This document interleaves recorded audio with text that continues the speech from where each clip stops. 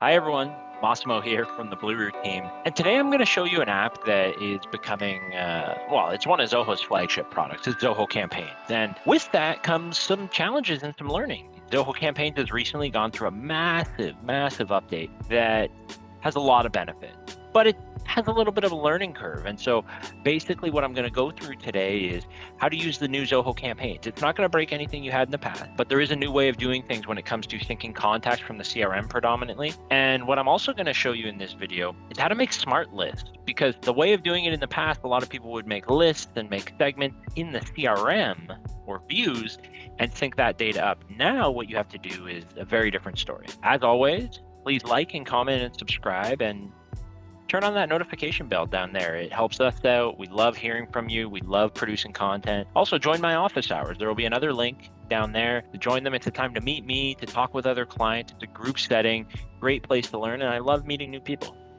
See you in the video.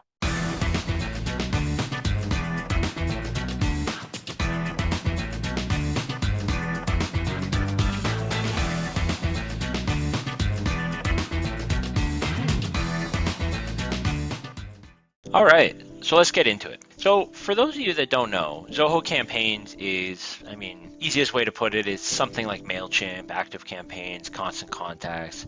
It's an email marketing software. It can do a ton of stuff, and it's included in the Zoho One suite, in the Zoho CRM Plus suite, or you can buy it a la carte, right? So you can technically integrate it with other CRMs that aren't Zoho, but it works the best with Zoho products, obviously.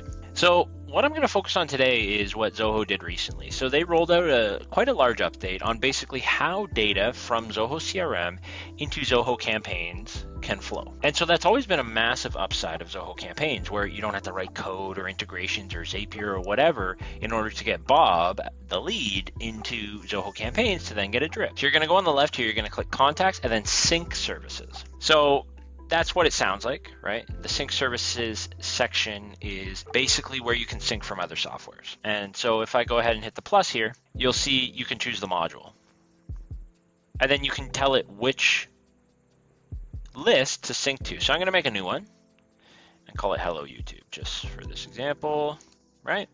Now, this is probably the biggest difference already. In the past, what you could do, you could actually make views in the CRM or views here that say, well, I only want to sync contacts whose city is Toronto, or I only want to sync contacts who have an open deal or something like that. That's changed now. In the past, like I said, you could make a view, put that criteria in the view, and just for everyone that's curious, a view is this. So you could make a view here called prospects, and then you could tell Zoho Campaigns just sync that view. So whenever someone is added into the prospect, it'll go up into campaigns. Quite a handy feature, but Zoho found it was much more stable and efficient to bring everyone into Zoho Campaigns. And so you don't really have a choice. Everyone, once you turn this on, will come up, whether they're a lead, a contact, or an account. They will flow up into campaigns. And so the mindset shift has to be, instead of segmenting or organizing people in the CRM, you now have to do it in campaigns. So send everyone up to campaigns, then segment and organize accordingly. And obviously this doesn't mean that everyone's going to get an email and all of that. You have complete control over who gets an email and when. So just keep that in mind. That's the biggest difference. If you're looking for something here and you're like, oh, I remember you used to be able to segment, that's the biggest change.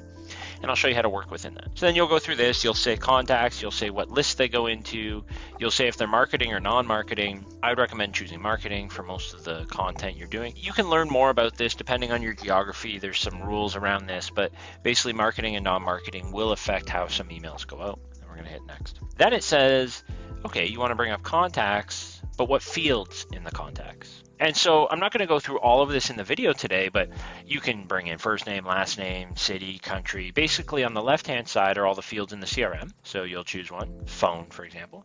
And if there's already one in Zoho Campaigns that matches that, it'll pop up here. So you can hit add. Now, for example, if I choose a field that doesn't exist, like this, it won't show anything here, and you can just hit new field, and now it'll make a new field in campaigns. Don't feel like this is set in stone. You can always come back and add more later. I would say to put some thought into this and try to bring up everything that you need. But like I said, if you make a new field later, this can be changed. I would also go through this exercise for accounts and deals. So what this will do now is it'll bring Massimo, the person, Bluroot, the account, and any deal that Massimo/Bluroot has. So it's a really, really handy interface. Then you just hit initiate. So that's the main integration. And now, like I said, everyone's going to come up, all contacts. Now this is a dummy system, there's not going to be many of them. Give it some time in order to sync. It's not instant. But now you might say, okay, great, I have all contacts, but I don't really want to send to all contacts. So you could do a few things. If I go back here and I go to lists, now you can create, number one, what are called segments. So once all the data flows up into Hello YouTube, we'll give that a minute, but I'll go into this trade show one. So you can see here there's 5 people, right? If I go to the contacts, you have first name, last name, phone, whatever. If you go back here to contacts and then segments, you can now create what are called segments.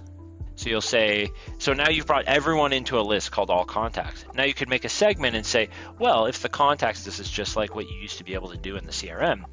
If the contact state or city or street or whatever contains whatever, so if you say, for example, phone starts with 91, so like an area code, this is a segment, right? And so now if you hit save, everyone that's phone starts with 91 will go into this segment. And now when you're sending out email campaigns, you can choose, don't send to this whole list, just send to this segment. So that's a very handy feature that basically you're not losing anything with this new update. You just have to segment or filter contacts in a different way, right? Now, if you want to get a bit more advanced, there's something called smart lists. And so if you want a bunch of lists with contacts in it, you can actually click automation and then workflows. And if you go to create workflow, conditional workflow, you can make what are called conditional workflow actions, right? And so I'm just going to show the instant one. They're all basically the same. Instant happens right when someone subscribes. Time-based after a certain amount of time. Activity-based is if they click an email or open an email. So if I hit create here, what you can do is you can actually choose a list. So I'll go hello YouTube. I'll say the, for example, mobile. So you can put some criteria here. Mobile starts with 91. And then basically you can, so it's going to take everyone out of the Hello YouTube. It's going to look, oh, do you have 91? And you can add them to another list and make them a smart list. And basically what that means, you can see here, is if a contact in the target list stops meeting the criteria, it'll be removed. So let's say you make a smart list that says everyone status equals client, right?